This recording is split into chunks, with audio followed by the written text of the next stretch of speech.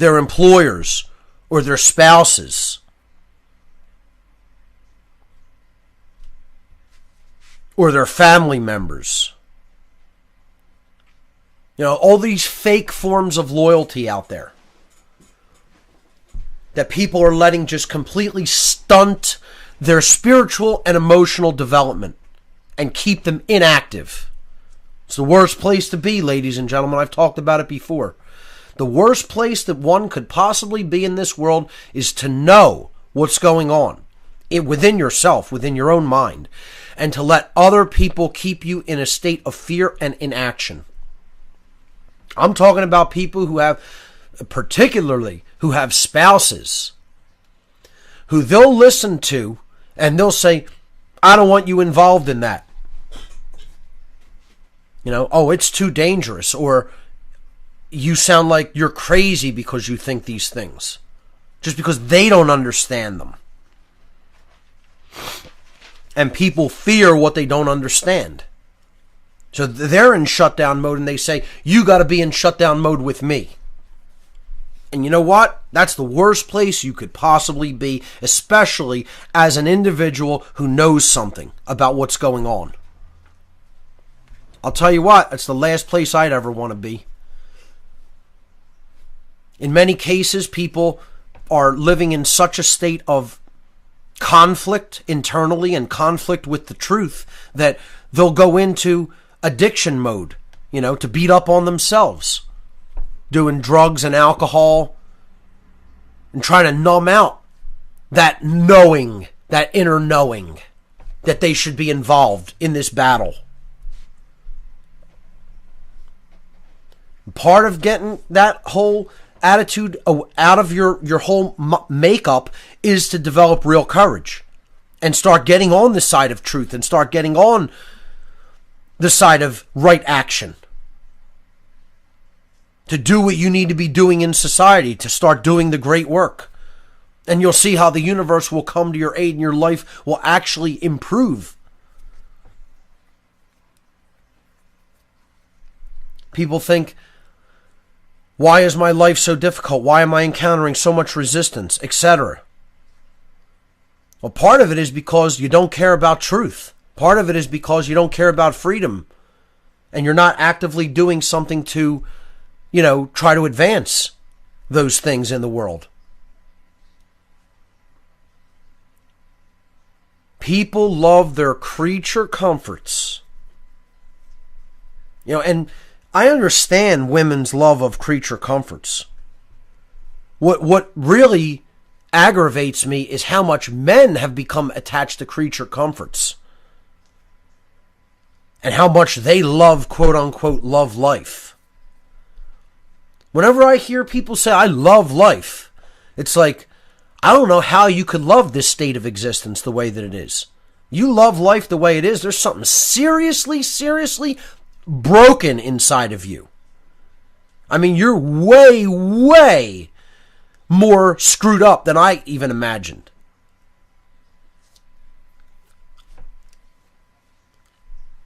Life in the form that we're living it today shouldn't be loved, folks. I mean, don't get me wrong. I'm not knocking the whole idea of life. Of course, life is a brilliant gift, a wonderful gift. But I'm saying if you love the way things are now, there's something really wrong with you. And this is the problem. People are so attached to their comforts, to their, you know, the way that they do things now, the way that they have something set up.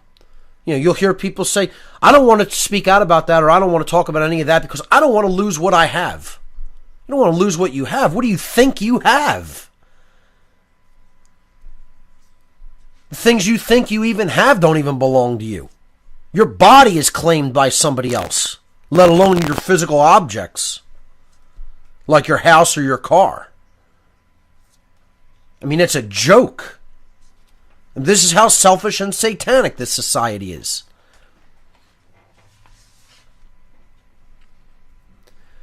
You know, this idea that I'm comfortable I'm in a comfortable job. I'm in a comfortable house. I'm in a comfortable relationship. These are all false notions of comfort anyway.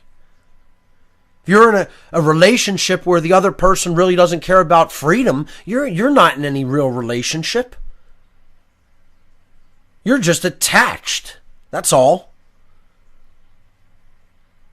You just don't want to be by yourself because you're trying to fulfill some need to be with somebody else, and when that's not any kind of genuine situation. Like you're in a job and you're happy that you make a certain amount of money so you can live a certain lifestyle, and really all you're doing is prostituting yourself. I mean, how many people are actually doing something they genuinely want to be doing?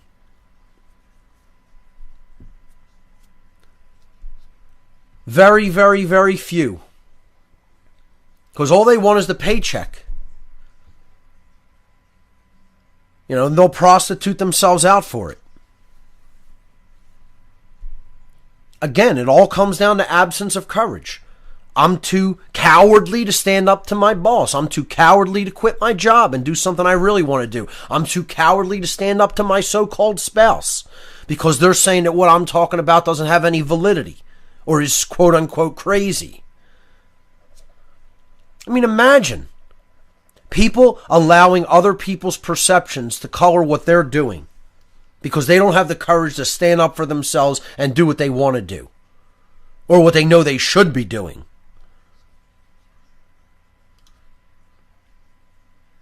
And ultimately it comes down to we love our comfort and our lives, quote unquote, more than we love freedom, more than we love truth and freedom. And that's a false form of love. That has nothing to do with agape, with true love, with love as a higher form of awareness and consciousness that allows consciousness to expand and unfold and evolve.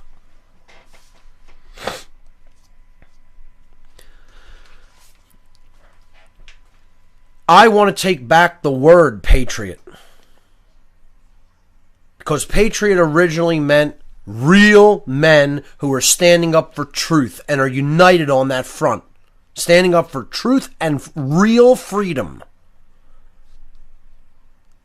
That's what the patriots of America were doing. And that's what the new patriots of America will do.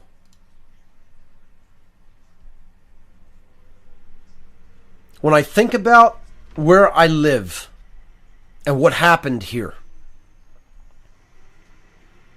and how the founders and the revolutionaries of America, how their efforts are being squandered by the absolute hipster, leftist, commie trash that exists in this city and throughout this nation.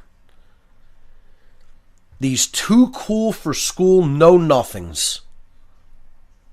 Television watchers is what they are.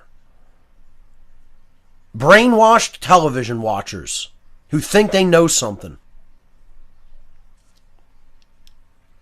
And you know what they are? They're communists walking around in costumes.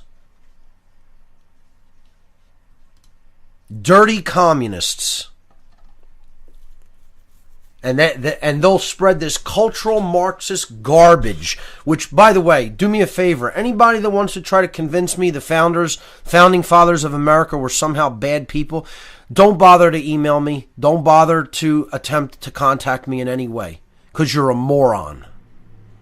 I'm not interested in your cultural Marxist garbage. Okay? Go move to North Korea or someplace where, you know, you could spread your cultural Marxist garbage to another bunch of zombies. Because it ain't flying with me. Because I'm more educated than all that. Okay?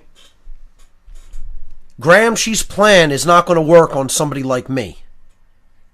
You're not going to convince me that what those men fought and died for was to set up some other form of slavery here. I don't buy that revisionist bullshit.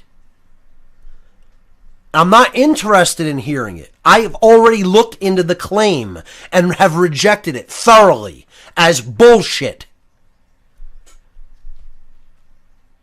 And I wasted too much of my time even doing that. Because it smelled like bullshit before I even investigated it. And I have done that investigation and it holds no water. And quite frankly, I'm tired of hearing a lot of this crap that all it does is try to put doubt in people's minds and take them off the course. It's a really good tactic of distraction and manipulation and disinformation.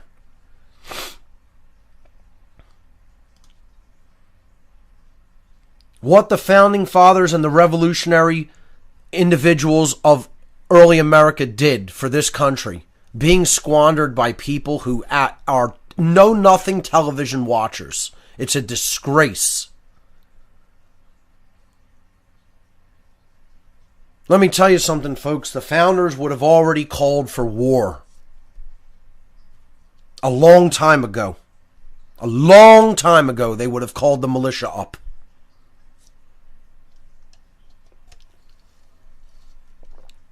You know what? Maybe I wasn't even planning on doing this, but maybe I should at this point tell a personal anecdote. People seem to like it when I do that, so, I'll throw one in. I had a few last week on the show. And this is a very, very, very, very personal one for me because of the state of consciousness that I was in when this occurred. And you know what? A lot of people will probably completely dismiss this, and that's fine. You could dismiss it all you want. It personally means something to me. Because a lot of people will dismiss the spiritual world. They'll say, oh, that's not real, that's just in your mind. For example, if you have a psychedelic experience. For example, with a compound like DMT, just throwing it out as an example. People will say, oh, that's just interactions in your brain. The reductionists out there, Consciousness is just an electrochemical interaction in the brain. I used to be one of these people, by the way. I used to be one of these left brain eggheads, So another part of why so many people don't have any courage. I just want to, as a brief aside before I even tell this anecdote, I want to talk about the left brain eggheads, because so many scientists don't have courage. And that's what kind of impressed me at the Tesla conference. There were scientists and engineers there that at least had the courage to say, there's something to what you're talking about and I need to look into it, because I haven't looked into it. I was impressed by that. Most egghead types, have no balls whatsoever. They have absolutely no courage. They're total cowards. They sit behind their research. They sit behind a keyboard. They sit behind a desk, and they want no part in trying to turn over the established paradigm. All they're worried about is the grant money that's flowing in, and their comfort once again. You have a lot of egghead libertarians. They want to make everything about just a conceptual idea and a philosophy, but when it comes time to actually taking real world action, they want no part of that. So a lot of eggheads out there who are just purely left brain intellectual and have no real intelligence will say something to the effect of, oh, Mark, you're going to tell a story about something in the spiritual realm. That absolutely